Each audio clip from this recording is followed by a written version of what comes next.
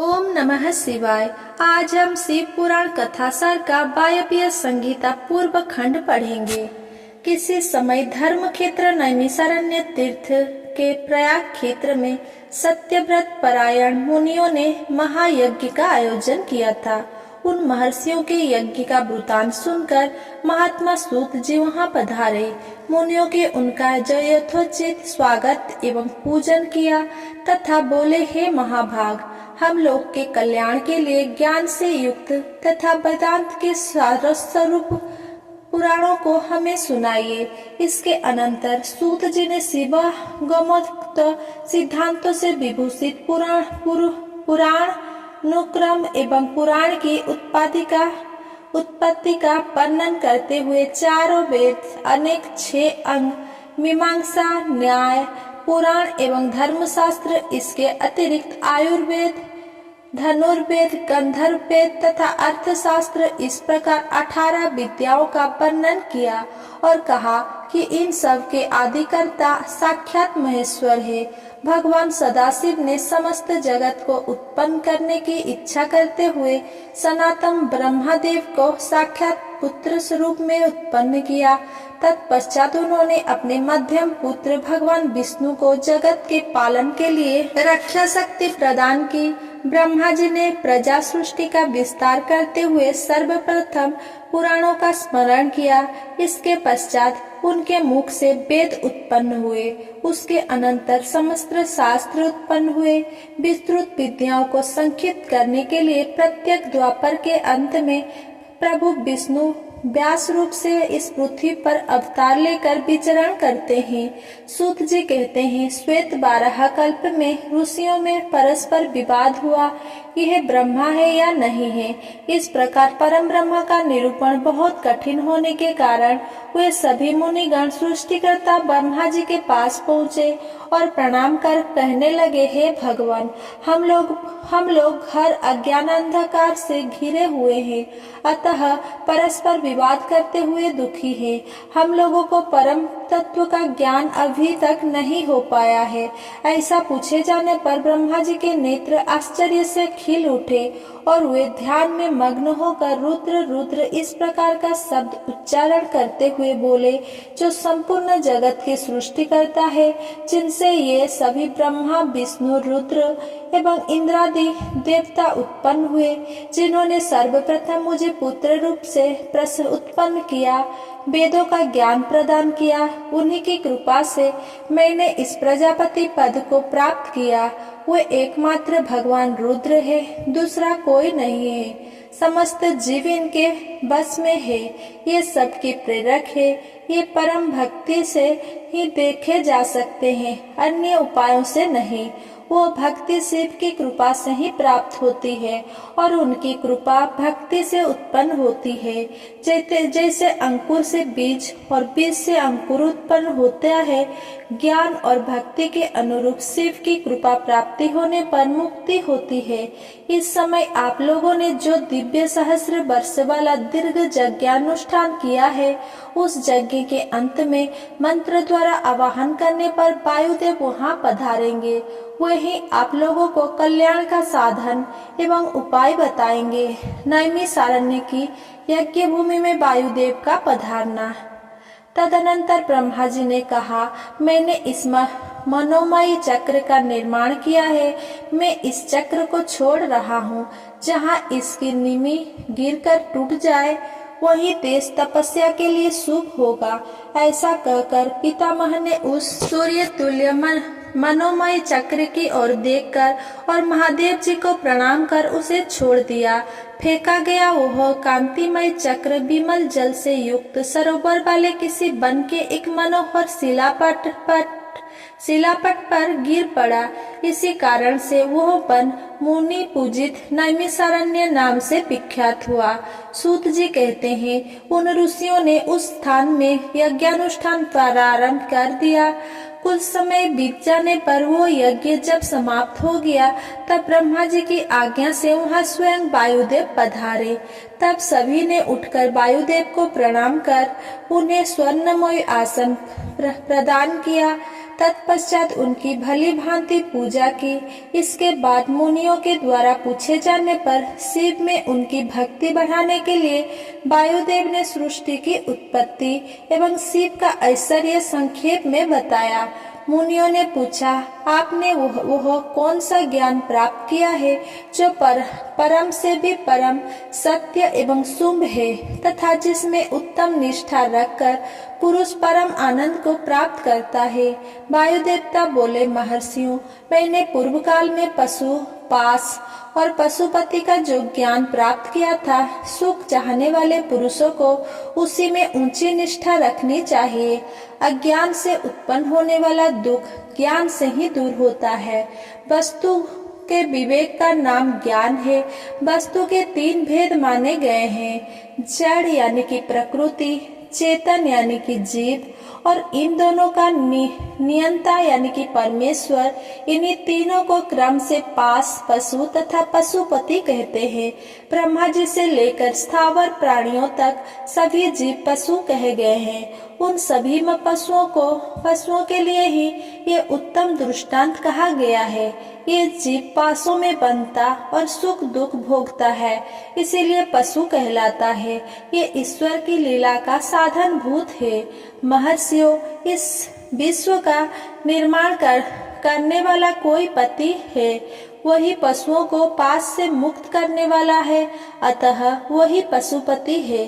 पशु, पास और पति का जो वास्तव में पृथक पृथक स्वरूप है, उसे जानकर ही ब्रह्मवेत्ता मनुष्य योनि से मुक्त होता है। सृष्टि के आरंभ में एक रुद्रदेव ही विद्यमान रहते हैं, दूसरा कोई नहीं रहता। वही इस जगत की सृष्टि करके इसकी रक्षा करते हैं और सबका संहार कर डालते हैं।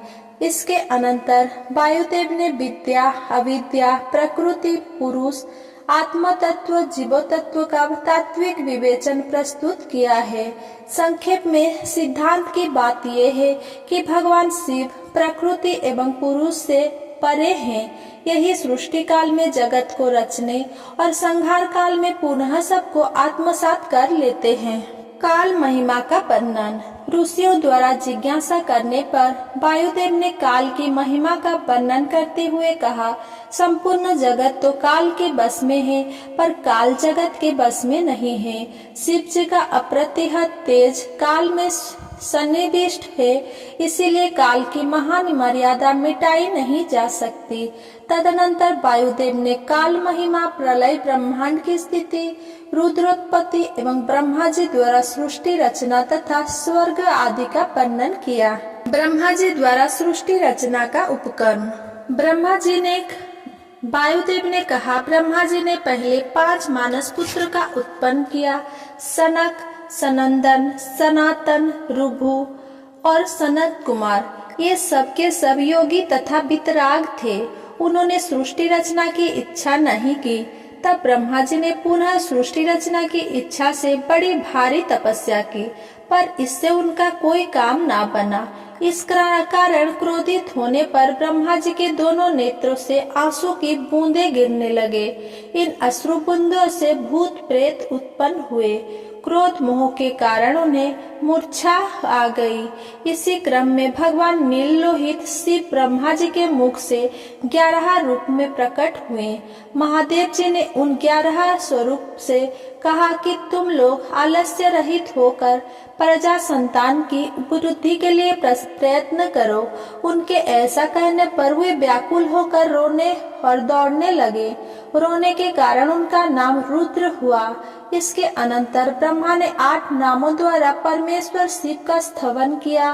ब्रह्मा जी के इस प्रकार प्रार्थना करने पर भगवान रुद्रदेव की आज्ञा प्राप्त कर ब्रह्मा ने अन्यान्य प्रजाओं की सृष्टि आरंभ की। उन्होंने अपने मन से ही मरीच, भृगु, अंगिरा, पुलस्त्य आदि 12 पुत्र की सृष्टि की। तत्पश्चात समाधि द्वारा अपने चित्त को एकाग्र करके रुद्र सहित ब्रह्मा जी ने देवताओं, असुरों, पितरों, विद्याधरों, गंधर्वों, ग्रहों को, मनुष्य एवं पशु पक्षियों, जलचर, सर्प, कीटों इत्यादि को अपने उपांगों से उत्पन्न किया। वायुदेव ने कहा, वास्तव में अचिंत्य रूप महेश्वर ही सब भूतों के निर्माता है। उनके मुख से ब्राह्मण प्रकट हुए, वक्ष स्थल से ऊपरी भाग से क्षत्रियों की उत्पत्ति हुई, दोनों जांघों से वैश्य तथा पैरों से शूद्र उत्पन्न हुए। इस प्रकार उनके अंगों से संपूर्ण वर्ण का प्रादुर्भाव हुआ है। ब्रह्मा जी द्वारा भगवान अर्धनारीश्वर की स्तुति। वायुदेव बोले, जब ब्रह्मा जी द्वारा रची गई प्रजाओं का पुनः विस्तार नहीं हुआ, तब ब्रह्मा जी ने मैथुनी सृष्टि के लिए महेश्वर को प्रसन्न करने की इच्छा से कठोर तप करना आरंभ कर दिया। भगवान सदाशिव ब्रह्मा जी के तप से संतुष्ट होकर अर्धनारीश्वर के रूप में प्रकट हो गए। तब ब्रह्मा जी हाथ जोड़कर दंडवत प्रणाम करके विदार्थ से युक्त सूक्ष्म अर्थों से परिपूर्ण सूक्तों से भगवान अर्धनारीश्वर की स्तुति करने लगे। ब्रह्मा जी की स्तुति से प्रसन्न होकर मधुर वचन कहते हुए महादेव ने अपने शरीर के वाम भाग से देवी रुद्राणी को प्रकट किया। जिन दिव्य गण संपन्न देवी को ब्रह्मा बेता लोक परात्पर परमात्मा शिव की पराशक्ति कहते हैं, जिनमें जन्म मृत्यु जरा आदि नहीं है, वे भवानी शिव जी के अंग से उत्पन्न हुई। ब्रह्मा जी बोले, हे सर्व जगन्मयी देवी, सृष्टि की बढ़ोतरी के लिए मैं मैथुनी सृष्टि करना चाहता हूँ। आपसे पहले नारी कुल का प्रादुर्भाव नहीं हुआ है। संपूर्ण शक्तियों का आविर्भाव आपसे ही होता है। इस चराचर जगत की वृद्धि के लिए आप अपने अंश से मेरे पुत्र दक्ष की पुत्री हो जाइए। ब्रह्मा के इस प्रकार याचना करने पर देवी रुद्राणी ने अपने भवों के मध्य भाग से अपने ही समान कांतिमयी एक शक्ति प्रकट की। ब्रह्मा जी की प्रार्थना के अनुसार वे देवी दक्ष पुत्री हो गई तथा ब्रह्मा जी को अनुपम शक्ति देकर वे महादेव जी के शरीर में प्रविष्ट हो गई और महादेव जी भी अंतर्ध्यान हो गए। तभी से इंद्र इस जगत में स्त्री जाति में भोग प्रतिष्ठित हुआ तथा मैथुन द्वारा प्रजा की सृष्टि होने लगी। इससे ब्रह्मा जी को भी संतोष और आनंद प्राप्त हुआ। इसके पश्चात ऋषियों की कई शंकाओं का समाधान वायु देवता के द्वारा किया गया तथा भगवान शिव और भगवती पार्वती की लीलाओं का वर्णन भी सूत जी ने किया। वायु देवता कहते हैं, मुनियों, परोक्ष तथा अपरोक्ष प्रकार भेद से ज्ञान दो प्रकार का माना गया है। वायु देवता कहते हैं, मुनियों, परोक्ष तथा अपरोक्ष प्रकार भेद से ज्ञान दो प्रकार का माना गया है। परोक्ष ज्ञान को अस्थिर कहा जाता है और अपरोक्ष ज्ञान को सुस्थिर। व्यक्तिपूर्ण उपदेश से जो ज्ञान होता है उसे परोक्ष कहते हैं। वही श्रेष्ठ अनुष्ठान में अपरोक्ष हो जाता। अपरोक्ष ज्ञान के बिना मोक्ष नहीं होता। अतः तुम लोग आलस्य रहित होकर इस श्रेष्ठ अनुष्ठान की सिद्धि के लिए प्रयत्न करो। ऋषियों ने पूछा, वायुदेव, ये कौन सा श्रेष्ठ अनुष्ठान है जो मोक्ष स्वरूप ज्ञान को परोक्ष कर देता है? वायु ने कहा, भगवान शिव का बताया हुआ जो परम धर्म है उसी को श्रेष्ठ अनुष्ठान कहा गया है। उसके सिद्ध होने पर स्वयं मोक्षदायक शिव अपरोक्ष हो जाते हैं। उपमन्यु पर भगवान शंकर की कृपा। धौम्य के बड़े भाई उपमन्यु के द्वारा बाल्यावस्था में दूध की प्राप्ति के लिए माता की आज्ञा से तपस्या करने पर भगवान शिव ने किस प्रकार उपमन्यु पर कृपा की और उन्हें वर प्रदान किया, इस प्रकार ऋषियों द्वारा जिज्ञासा करने पर वायुदेव ने विस्तार पूर्वक इसका वर्णन करते हुए कहा कि भगवान विष्णु के अनुरोध करने पर शिव जी पहले इंद्र का रूप धारण कर उपमन्यु के पास गए, परंतु उपमन्यु द्वारा इंद्र से कुछ प्राप्त करना स्वीकार नहीं करने पर सदाशिव भगवान शंकर उपमन्यु पर कृपा करते हुए अपने स्वरूप में प्रकट हो गए तथा उपमन्यु की अभिष्ट फल प्रदान कर महेश्वर वही अंतर्ध्यान हो गए। उपमन्यु भी परमेश्वर से उत्तम वर पाकर सुख पूर्वक अपने जन्मदात्री माता के स्थान पर चले गए। अगर मेरा ये वीडियो आपको पसंद आया हो तो मेरा वीडियो को लाइक, कमेंट, शेयर करें एंड मेरा चैनल को सब्सक्राइब करें। धन्यवाद।